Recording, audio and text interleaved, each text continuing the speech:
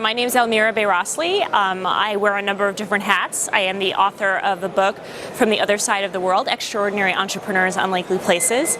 I also have my own startup, which is focused on increasing female voices in the media.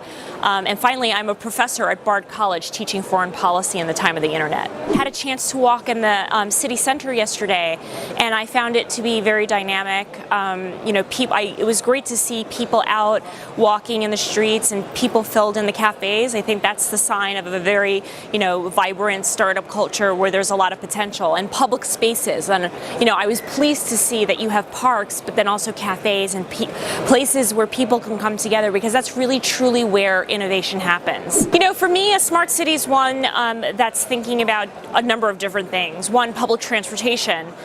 Two, open spaces for people to come and convene, but also green spaces.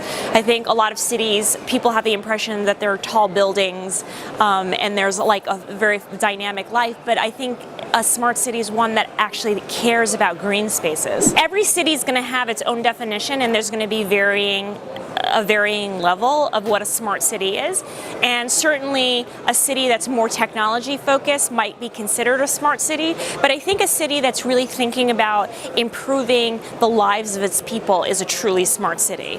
So people who are thinking about, how can I actually improve public transportation? It doesn't necessarily have to be about technology all the time.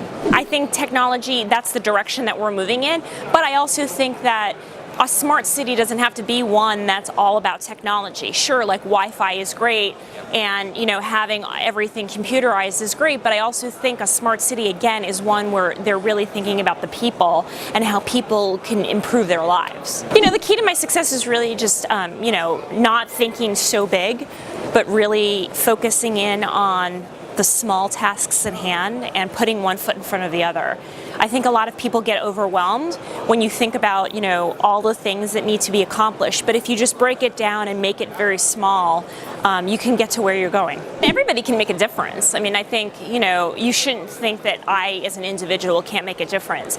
Even if it's making a difference in one person's life, you should be able to go out there and say, how can I contribute? We all have a role to play. I don't think that one person has all of the answers. And when I take a look at why the United States has succeeded so much, it's because a lot of people from a lot of different places around the world come to see, what can I do to, make life better.